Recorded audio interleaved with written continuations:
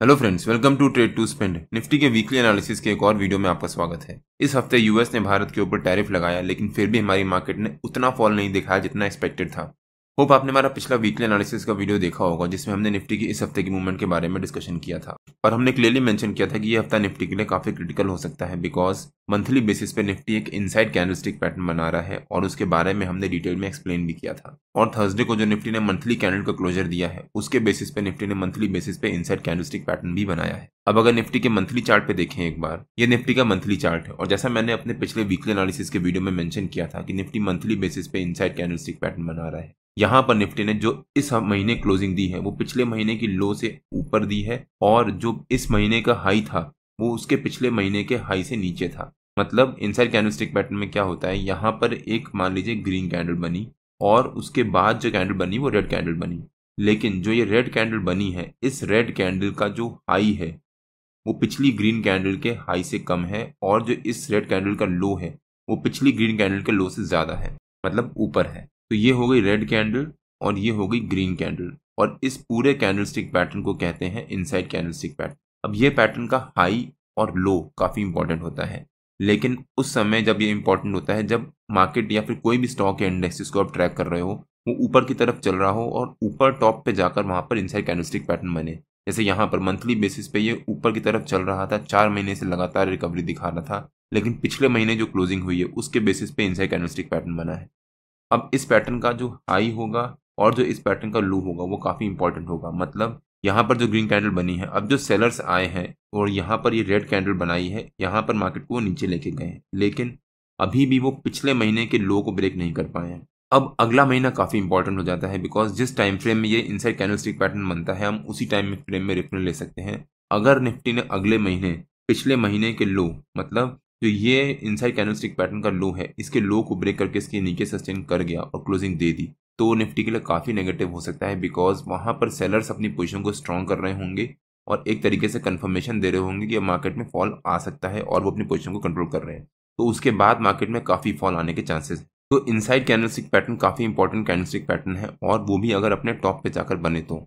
Hope आपको idea हुआ होगा कि इनसाइड कैंडलस्टिक पैटर्न क्या होता है और वो किस तरह से काम करता है। अगर आप चाहते हो कि मैं इनसाइड कैंडलस्टिक पैटर्न के ऊपर डिटेल वीडियो बनाकर अपलोड करूं तो प्लीज वीडियो को लाइक करिए और अपने दोस्तों को शेयर भी करिए। और डेली बेसिस पे भी निफ्टी एक इंपॉर्टेंट रेंज बना रहा है और वहां से सपोर्ट ले रहा है। अगर हम निफ्टी का डेली चार्ट देखें एक बार, ये निफ्टी का डेली चार्ट है और जैसा मैंने मेंशन किया कि निफ्टी डेली बेसिस पे भी एक इंपॉर्टेंट रेंज से सपोर्ट ले रहा है और अभी तक निफ्टी उसको ब्रेक नहीं कर पाया है। प्लस निफ्टी का जो 50 EMA का लेवल है डेली चार्ट पे, वो अब निफ्टी का क्रिटिकल और इंपॉर्टेंट रेजिस्टेंस बन जाता है। अगर निफ्टी ने इसको ब्रेक किया और उसके ऊपर सस्टेन किया तो वो निफ्टी के लिए काफी पॉजिटिव हो सकता है और हमने अपने पिछले वीकली एनालिसिस के वीडियो में इसके बारे में डिस्कशन भी किया था। अगर आपने हमारा पिछला वीकली एनालिसिस का वो वीडियो नहीं देखा है तो उसका लिंक मैंने डिस्क्रिप्शन में डाल दिया है और आपको ऊपर यहाँ पर आई बटन में मिल जाएगा।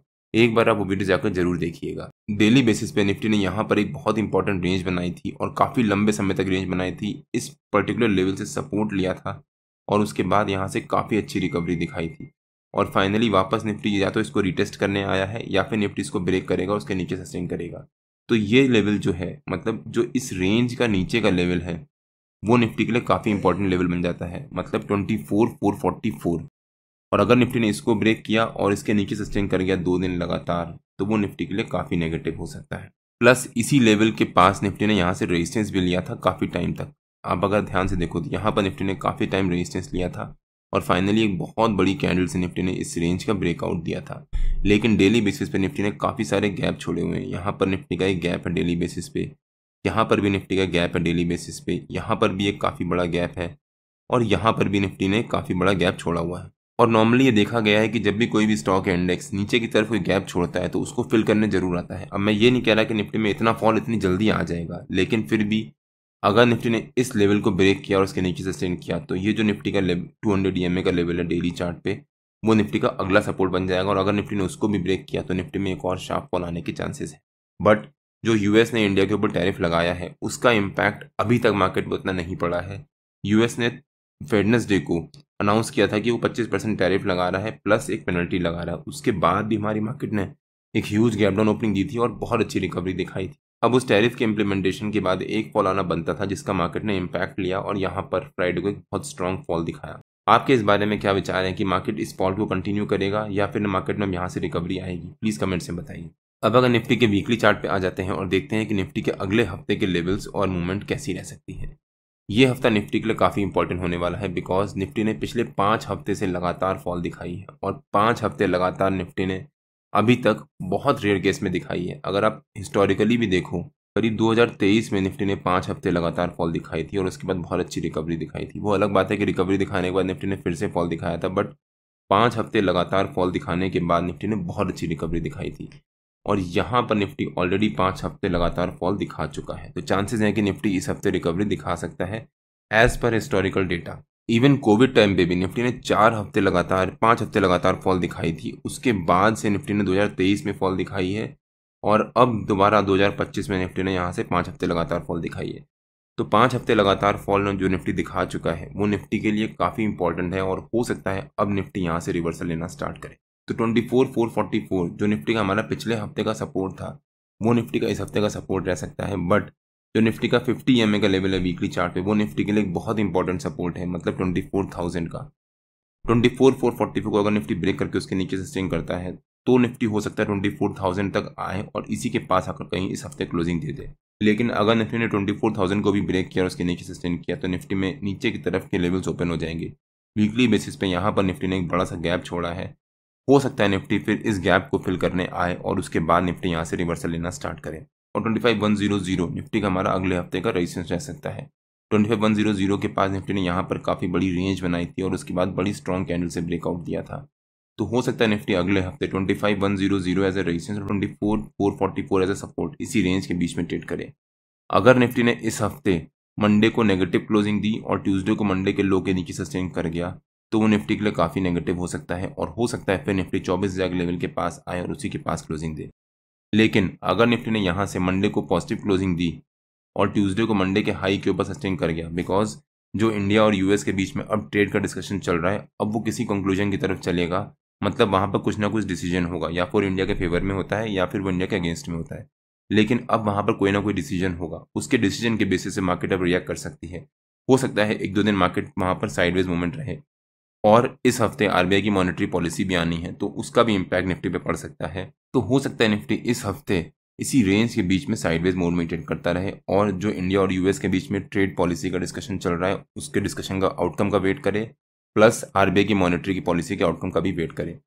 आपके इस बारे में क्या विचार है कि निफ्टी की इस हफ्ते की मूवमेंट कैसी रह सकती है, प्लीज़ कमेंट्स में बताइए। हमने इस हफ्ते ज़्यादा कुछ ट्रेड्स नहीं लिए थे, हमने सिर्फ 3-4 ट्रेड्स लिए थे और वहाँ पर हमारे को अच्छा प्रॉफिट भी हुआ था और इक्का दुक्का ट्रेड में लॉस भी हुआ था।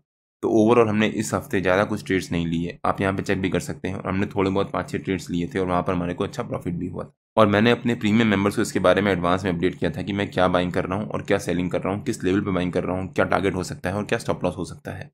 अगर आपको भी हमारी प्रीमियम मेंबरशिप ज्वाइन करनी है तो उसकी विंडो अभी ओपन है और वो 4 तारीख को रात को 12 बजे क्लोज होगी। तो आप मेरे को टेलीग्राम में तुषार व्यू नाम से सर्च मार के पिंग कर सकते हो या फिर आप नीचे कमेंट सेक्शन में भी पोस्ट कर सकते हो, मैं या मेरी टीम आपको अप्रोच करेगी। अब अगर निफ्टी के 15 मिनट के चार्ट पे आ जाते हैं और निफ्टी की फ्राइडे की मूवमेंट के बारे में समझते हैं, प्लस देखते हैं कि निफ्टी के कल के लेवल्स और मूवमेंट कैसी रह सकती है। होप आपने हमारा फ्राइडे का डेली एनालिसिस का वीडियो देखा होगा जिसमें हमने निफ्टी की फ्राइडे की मूवमेंट के बारे में डिस्कशन किया था और हमने क्लियरली मेंशन किया था कि जो यूएस ने इंडिया के ऊपर 25% का टैरिफ लगाया है प्लस जो यूएस पेनल्टी लगाएगा उसका निफ्टी ने समाउ 31 जुलाई को तो सर्वाइव कर लिया और अच्छी रिकवरी भी दिखा दी। लेकिन उसका इम्पैक्ट एक दिन जरूर पड़ेगा और निफ्टी हो सकता है फ्राइडे को वो फॉल दिखाए और हुआ भी वैसा ही।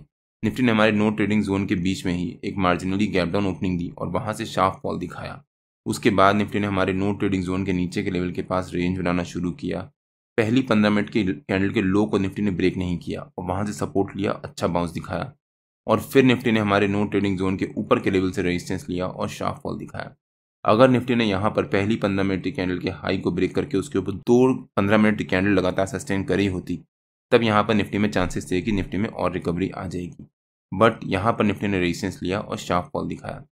और जब निफ्टी यहाँ पर रेंज बना रहा था तब मैंने अपने प्रीमियम मेंबर्स को और अपने फ्री टेलीग्राम चैनल में मेंशन किया था कि जिस टाइम पे निफ्टी इस रेंज का ब्रेकआउट देगा या ब्रेकडाउन देगा तब निफ्टी में अच्छी रिकवरी आने के चांसेस होंगे। लेकिन निफ्टी ने यहाँ पर जब ब्रेकडाउन दिया उसके बाद निफ्टी ने यहाँ पर रेंज बनाना शुरू किया और फिर निफ्टी में यहाँ से शार्प फॉल आया। जब निफ्टी ने हमारे नो ट्रेडिंग जोन के नीचे के लेवल को ब्रेकडाउन दिया था और यहाँ पर उसका कंफर्मेशन दिया था तब मैंने अपने प्रीमियम मेंबर्स को शेयर किया था कि मैं पुट बाइंग कर रहा हूँ, लेकिन यहाँ पर जब निफ्टी ने रिकवरी दिखाई तो वहाँ पर हमारा स्टॉप लॉस हिट हुआ और वहाँ पर हमारे को 45 पॉइंट का लॉस भी हुआ। हमने यहाँ पर क्या गड़बड़ करी, हमने यहाँ पर निफ्टी को पहली 15 मिनट की कैंडल के लो को ब्रेकडाउन देने का वेट नहीं किया। हमने यहाँ पर जंप करके बाइंग करी, जो हमारा बड़ी मिस्टेक थी, जिस वजह से हमारे को 40-42 पॉइंट का लॉस भी हुआ। और मैं अपने हर एक वीडियो में मेंशन करता हूँ कि जब भी कोई भी स्टॉक इंडेक्स जिसको आप ट्रैक कर रहे हो, अगर वो एक रेंज बना रहा है उसको रेंज बनाने दीजिए, ब्रेकडाउन देने दीजिए, और जब वो ब्रेकडाउन का कंफर्मेशन देगा तब हम उस डायरेक्शन में बाइंग या सेलिंग करेंगे। और हमने अपने पिछले डेली एनालिसिस के वीडियो में इसके बारे में डिटेल में मेंशन भी किया था। अगर आपने हमारा फ्राइडे का डेली एनालिसिस का वो वीडियो नहीं देखा है तो उसका लिंक मैंने डिस्क्रिप्शन में डाल दिया है और आपको ऊपर यहाँ पर आई बटन में मिल जाएगा। अब देखते हैं कि निफ्टी के कल के लेवल्स और मूवमेंट कैसी रह सकती है। निफ्टी ने फाइनली 24,600 के लेवल को ब्रेकडाउन दिया है और उसके नीचे क्लोजिंग दी है, जो कि निफ्टी के लिए नेगेटिव हो सकता है। तो 24,600 निफ्टी का हमारा कल का रेजिस्टेंस रह सकता है और 24,500 निफ्टी का हमारा कल का सपोर्ट रह सकता है। हो सकता है निफ्टी कल 24,600 एज ए रेजिस्टेंस और 25,4,500 एज ए सपोर्ट इसी रेंज के बीच में ट्रेड करें। अगर निफ्टी ने कल इसी रेंज के बीच में फ्लैट ओपनिंग दी तो हो सकता है निफ्टी यहाँ पर फिर से रेंज बनाना शुरू कर दे और उस रेंज को कंटिन्यू करे फर्स्ट हाफ, बिकॉज अभी इंडिया और यूएस के बीच में कोई भी डिसीजन नहीं आया है कि उनकी ट्रेड पॉलिसी का जो आउटकम आएगा वो क्या रहेगा, इंडिया के फेवर में रहेगा या अगेंस्ट में रहेगा। अगर वो इंडिया के फेवर में रहता है या फिर अगेंस्ट में रहता है, मार्केट उसका वेट कर सकती है। जब तक उसका डिसीजन नहीं आएगा तब मार्केट हो सकता है साइडवेज मोड में ट्रेड करे या फिर थोड़ा सा प्रेशर में ही ट्रेड करे। अगर निफ्टी ने कल फ्लैट ओपनिंग दी और फिर रेंज बनाई 12-12:30 बजे तक और उसके बाद इस रेंज का ब्रेकआउट दिया या फिर ब्रेकडाउन दिया, जिस डायरेक्शन में निफ्टी ब्रेकआउट या ब्रेकडाउन देगा हम उस डायरेक्शन में बाइंग करेंगे और हो सकता है फिर निफ्टी में शार्प मूवमेंट आ सकती है। अगर निफ्टी ने कल हमारे सपोर्ट को ब्रेक किया और उसके नीचे सस्टेन कर गया 15-20 मिनट, तब 24,444 जो निफ्टी का डेली बेसिस पे भी एक इंपॉर्टेंट सपोर्ट है, हमने अभी थोड़ी देर पहले इस वीडियो में कवर किया, वो निफ्टी के लिए एक इंपॉर्टेंट लेवल बन जाएगा और हो सकता है फिर निफ्टी वहां पर आकर एक हॉल्ट ले। अगर निफ्टी ने उसको ब्रेक किया तब निफ्टी में एक और शार्प फॉल आ सकता है। लेकिन अगर निफ्टी ने यहाँ से हमारे रेजिस्टेंस को ब्रेक किया और उसके ऊपर सस्टेन किया तो निफ्टी में रिकवरी भी आ सकती है और 24,700 जो निफ्टी ने ये रेंज बनाई थी, इस रेंज का जो ऊपर का लेवल है वो निफ्टी का हमारा कल का पहला हॉल्ट रह सकता है। लेकिन अगर निफ्टी ने इस फॉल को कंटिन्यू किया और हमारे सपोर्ट के पास है उसके नीचे गैप डाउन ओपनिंग दी, तब यहाँ पर निफ्टी को सस्टेन होना जरूरी है। अगर निफ्टी यहाँ सस्टेन कर गया तब निफ्टी में एक शार्प फॉल आएगा 24,444 तक, और अगर निफ्टी उसको भी ब्रेक करता है तब निफ्टी में एक और फॉल आ सकता है 24,400 या फिर उसके भी नीचे। बट अगर निफ्टी ने गैप डाउन ओपनिंग दिया, सस्टेन कर गया, वहाँ से रिकवरी ले ली, तब निफ्टी हमारी इसी रेंज के बीच में आ जाएगा और उसके बाद वहाँ पर निफ्टी साइडवेज मोड में ट्रेड कर सकता है। मार्केट ने जो ये 3 दिनों से शार्प फॉल दिखाया है, मेरे ख्याल से इस राइट टाइम है मार्केट में स्टॉक्स ऐड करने का, लेकिन अच्छे फंडामेंटल्स वाले स्टॉक्स। बिकॉज अगर आप कोई स्टॉक बेच रहे हो तो कोई ना कोई स्टॉक खरीद रहा है। वो कौन खरीद रहा है? वो बड़े रिसर्चर्स या फिर FIIs DIIs जिनके पास एनालिसिस है और जिनके पास बड़े बड़े सिस्टम्स हैं टू एनालाइज कि कौन से स्टॉक्स कब बाई करना चाहिए। तो अगर आप अपने पोर्टफोलियो में अच्छे फंडामेंटल्स वाले स्टॉक्स होल्ड कर रहे हो और वो लॉस में हैं या फिर अपनी पोजीशन को होल्ड भी किए हैं, तो ये सही टाइम है उनको ऐड करने का या फिर एवरेज डाउन करने का। और अगर आपके पास एडिशनल फंड्स हैं, एडिशनल फंड्स कहाँ से आएंगे? मान लीजिए आप जॉब करते हो और आपका इंक्रीमेंट हुआ है या फिर अप्रेजल हुआ है या फिर प्रमोशन भी हुआ है, तो आपके पास अगर एडिशनल फंड्स आए हैं, जो भी सैलरी बढ़ी है, उस सैलरी का आपको किस तरह से कंज्यूम करना चाहिए, फिर किस तरह से इफेक्टिव यूज़ करना चाहिए, उसके बारे में भी मैंने एक डिटेल वीडियो बनाकर अपलोड किया है कि वहाँ पर आपको किस तरह से उस पैसे को लगाना चाहिए और कितना लगाना चाहिए। तो अगर आपके पास एडिशनल फंड्स आए हैं तो उसको भी आप मार्केट में ऐड कर सकते हो और इस वीडियो में मैंने उसके बारे में एक्सप्लेन किया है। अगर आपने वो वीडियो नहीं देखा है तो उसका लिंक मैंने डिस्क्रिप्शन में डाल दिया है और आपको ऊपर यहाँ पर आई बटन में मिल जाएगा। एक बार आप वो वीडियो जाकर जरूर देखिएगा। और जो फ्राइडे को निफ्टी ने फॉल दिखाया था, अगर निफ्टी उसको इग्नोर करते हुए हमारे रेजिस्टेंस के पास से उसके ऊपर गैप अप ओपनिंग दे देता है, तब भी यहाँ पर जंप करके कॉल बाय या फिर पुट सेल मत कर दीजिएगा। वेट करिएगा निफ्टी को यहाँ पर सस्टेन करने का। सस्टेन होना बहुत ज़रूरी है निफ्टी का, बिकॉज मार्केट अभी प्रेशर में ट्रेड कर रही है और मार्केट को उस प्रेशर को रिलीज़ करना बहुत ज़रूरी है। अगर मार्केट यहाँ सस्टेन करती है तब निफ्टी में रिकवरी आने के चांसेस हैं, अदरवाइज निफ्टी में यहाँ से फॉल आ सकता है और हो सकता है फिर निफ्टी इसी रेंज के बीच में साइडवेज मूवमेंट ट्रेड करता रहे। तो निफ्टी की कल की ओपनिंग और शुरू के आधे घंटे की मूवमेंट पर डिपेंड करेगा कि मार्केट में हम किस तरह से ट्रेड लेंगे। निफ्टी के जो भी लेवल्स होते हैं या फिर जो भी बाइंग या सेलिंग करता हूँ, प्लस स्टॉक्स में भी जो भी बाइंग या सेलिंग करता हूँ, उसके बारे में मैं अपने प्रीमियम मेंबर्स को एडवांस में अपडेट कर देता हूँ कि मैं क्या बाई कर रहा हूँ, कब बाई कर रहा हूँ, क्या स्टॉप लॉस होना चाहिए और क्या टारगेट हो सकता है।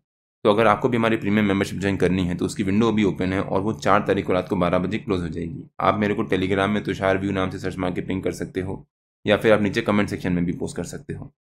निफ्टी के जो भी लेवल्स होते हैं वो रेगुलर बेसिस पे मैं अपने फ्री टेलीग्राम चैनल में पोस्ट करता रहता हूँ। अगर आपने मेरा फ्री टेलीग्राम चैनल ज्वाइन नहीं किया है तो उसका भी लिंक मैंने डिस्क्रिप्शन में डाल दिया है और आप मेरे को टेलीग्राम में ट्रेड टू स्पेंड नाम से सर्च मार के भी ज्वाइन कर सकते हो। अगर आपको वीडियो अच्छा लगा हो तो please like, share and subscribe और बेल आइकन जरूर हिट कर लीजिएगा, सो दैट मैं जब भी अपना अगला वीडियो पोस्ट करूँ आपको नोटिफिकेशन आ जाए। कल मार्केट में मिलते हैं। टिल देन जय श्री राम एंड जय हिंद।